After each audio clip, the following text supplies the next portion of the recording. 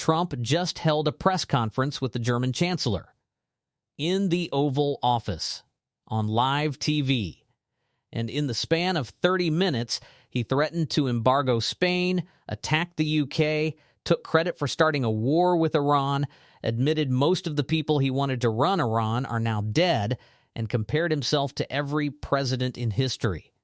The German chancellor sat there the entire time, completely still, like a man who came for a business meeting and accidentally ended up inside a tornado. Let's go through all of it.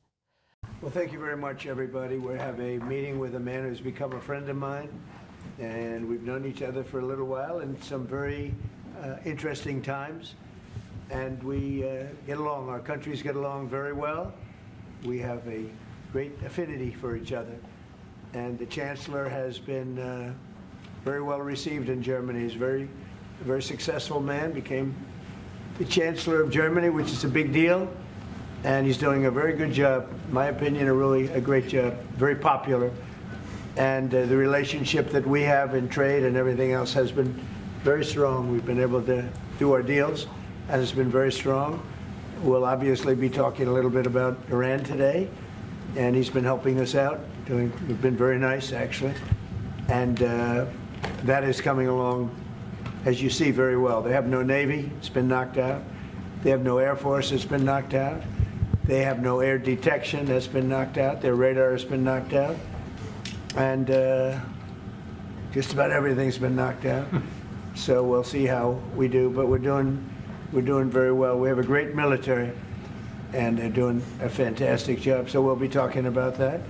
And we're talking about some very big trade deals, and those I know will work out too. So I just want to say it's a great honor to have you at the Oval Office. The beautiful Oval Office, beautiful White House. It's a special place, even from your standpoint, and you have some very special places too.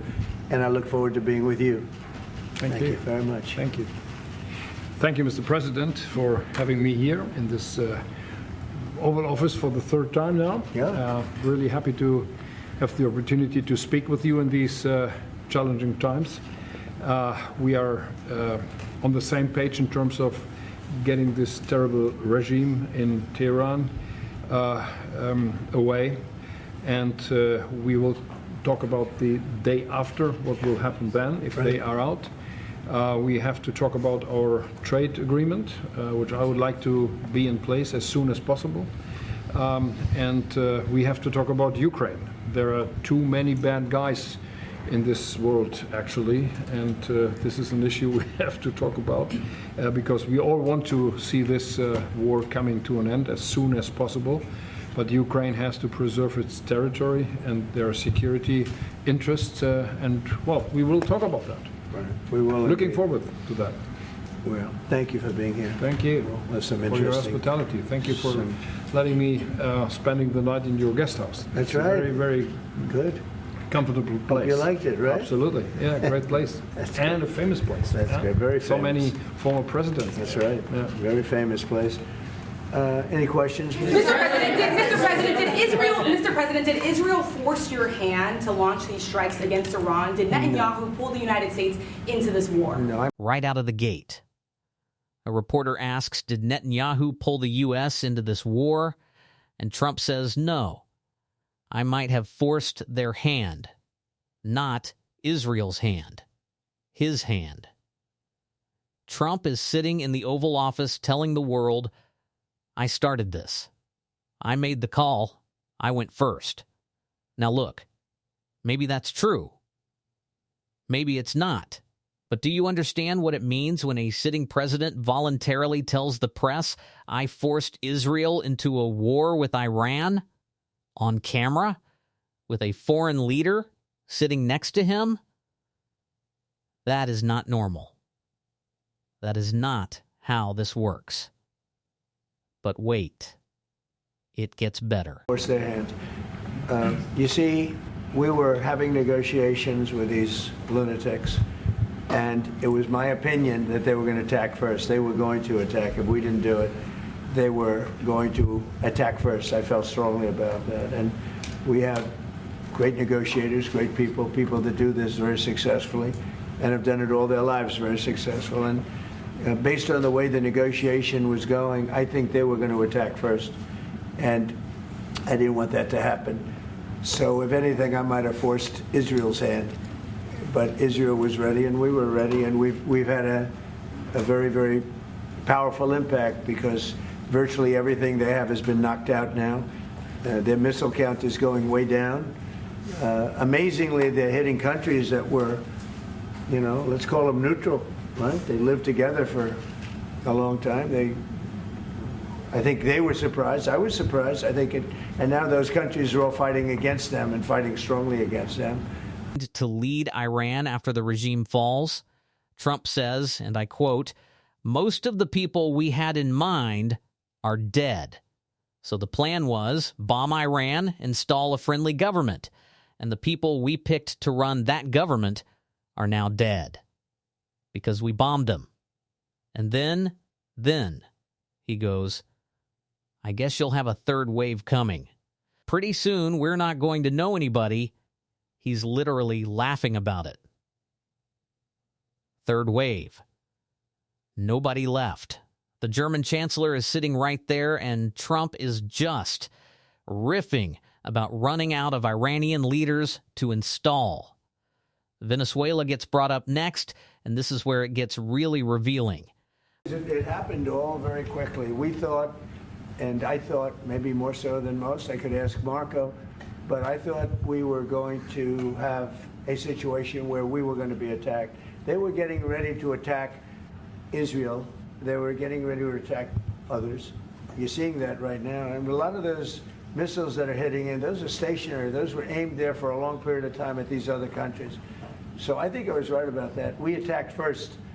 And if we didn't, it could have been, look, we're really decimating them. They're being decimated. And if we didn't, and by the way, we have massive amounts of ammunition. We have the high end. A lot of it was given away stupidly by Biden, very stupidly, for free. And I'm all for Ukraine, but they gave away a lot. As you know, when I give away ammunition, everybody pays for it. The European Union's paying for it. Then they can do what they want with it, but they are giving it, let's say, to Ukraine, and that's okay. But we gave away a lot of high-end, but we have plenty. But we have unlimited middle and upper ammunition, which is really what we're using in this war. And we have Now we get to Spain, and this is where things go completely off the rails. Trump says Spain is, quote, terrible. Why? Because Spain didn't agree to raise NATO defense spending to 5%. Every other European nation agreed. Spain said no. Fine. That's a policy disagreement. That happens all the time in diplomacy. But Trump doesn't do diplomacy. Trump does this. I told Scott to cut off all dealings with Spain. We don't want anything to do with Spain. That's it. No warning, no negotiation, no phone call to Madrid. Just, we're done with Spain. At a press conference with Germany sitting next to him.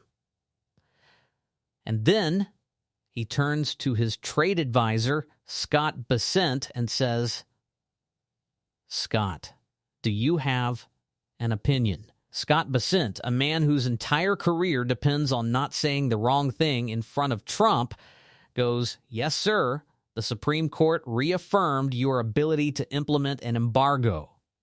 That's it. That's the answer. Not let's think about this. Not there are consequences. Just, yes, sir, you can do it. The German chancellor tries to soften it. He says we're trying to convince Spain. Trump cuts him off. Spain has been very, very uncooperative. A NATO ally. Embargoed. Because they wouldn't spend enough on defense. While we're in the middle of a war with Iran. The timing alone should concern everyone. And what about you? I'll be going to China in a little while.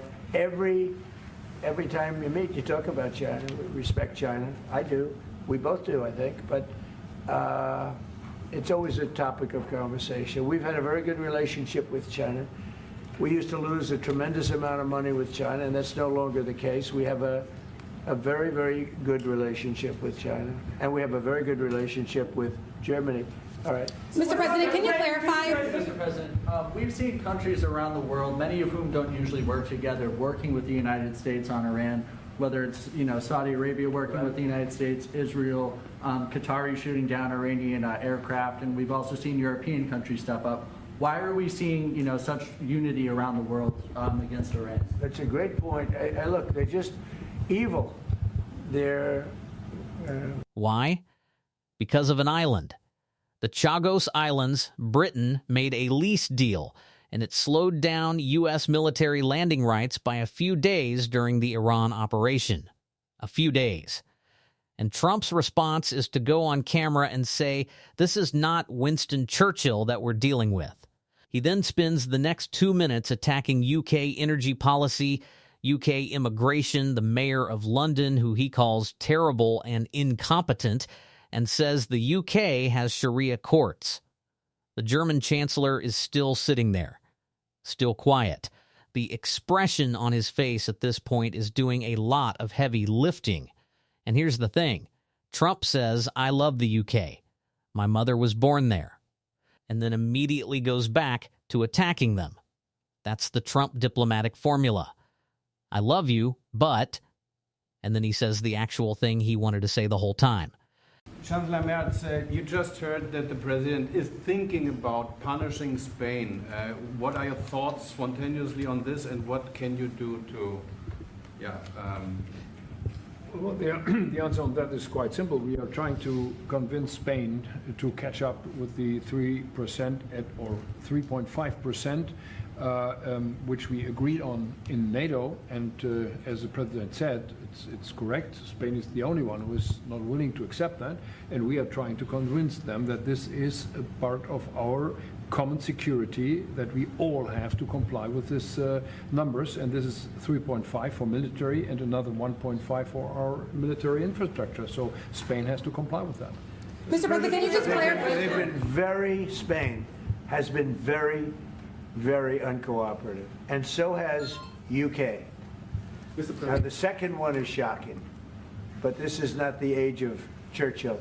I will say the UK has been very, very uncooperative with that stupid island that they have, that they gave away and took a 100-year lease, having to do with perhaps indigenous people claiming the island. It's high on his priority list. He says he's settled 8 wars.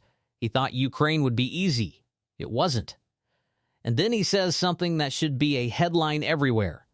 32,000 soldiers are dying every month in Ukraine. Per month. He says it's been averaging 25 to 30,000 a month. That number is staggering. And he says it almost casually, like a side note, before pivoting to blaming the war on his 2020 election loss. If the election weren't rigged, that war would have never taken place. And there it is. Every road leads back to 2020. Iran, Ukraine, immigration, all of it, in Trump's telling, traces back to one stolen election. The German chancellor at this point has heard, we started a war, we're embargoing Spain, UK is useless, 32,000 soldiers are dying monthly, and by the way, the 2020 election was stolen. He came to discuss trade deals, he got all of this. And as far as Russia, Ukraine, where is it on my priority list? Very high. We thought that, I thought it was going to be one of the easier ones. I've settled 8 wars, and actually maybe one more than that. But minimum 8 wars, big ones, potential India, Pakistan, big wars, very important, big ones. I thought this was going to be much easier than it is. There's tremendous hatred between President Putin and President Zelensky, tremendous hatred. I've seen a lot of hatred in my life, but I think this is about top scale. I believe it's going to happen.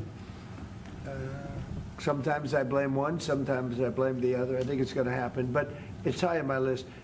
Not in that it affects the United States so much, because it's very far away, but last week, last week and for the last 4 weeks actually, 32,000 soldiers died. 32,000. And it's been averaging 25 to 30,000 soldiers a month have been dying in that stupid war.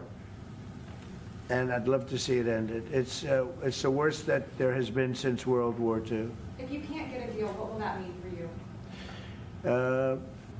All you can do is do your best. It takes two to tango, and they have to get along. They have to be able to talk to each other. They hate each other a lot. That has an impact. It really has an impact. It's bad for both. The saddest is that if the election weren't rigged, my election, that war would have never taken place. And you know what else wouldn't have taken place? Allowing 25 million people to pour through an open border, that wouldn't have taken place. A lot of things would have been different. But we're doing very well, and I think a big factor in this world and future factor is what we're doing right now with Iran. If we don't stop them, or if we didn't stop them, or if we didn't start, they've been decimated. But if we didn't do what we're doing right now, you would have had a nuclear war, and they would have taken out many countries, because you know what? They're sick people. They're mentally ill, sick people. They're angry. They're crazy. They're sick. Thank you very much. Thank you very much. American troops? Have you spoken to the families, Mr. President?